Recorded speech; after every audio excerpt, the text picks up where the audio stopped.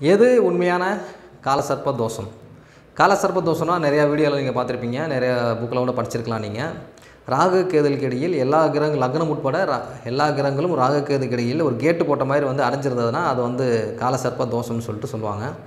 So இதுக்கு விதிவிலக்குகள் நிறையாவே இருக்குது. இப்போ ஏதாச்சும் ஒரு கிரகம் இந்த ராகு கேதுக்கு வெளியே வந்துருச்சுன்னா அது காலசர்ப்ப தோஷம் கிடையாது. அதேமாதிரி எல்லா கிரகங்களும் பார்த்திங்கன்னா ராகுவை நோக்கி போச்சுன்னா அது காலசர்ப்ப யோகமாக மாறிடும், தோஷமாக மாறுது. எல்லா கிரகங்களும் கேதுவை நோக்கி போச்சுன்னா அது காலசர்ப்ப தோஷமாக மாறும். ஓகேங்களா? ஸோ இந்த காலசர்ப்ப தோஷம் என்ன செய்யும்? 35 வயசு வரைக்குமே பார்த்திங்கன்னா அவங்க லைஃப்பில் பெருசாக ஒரு அச்சீவ் பண்ண முடியாது. எது பண்ணாலும் ரொம்ப தடங்களாகும், மேரேஜ் டிலே ஆகும். ஸோ எந்த ஒரு முயற்சி எடுத்தாலும் அதுலேயும் ஒரு சில தடங்கள் கண்டிப்பாக அவங்களுக்கு இருக்கும்.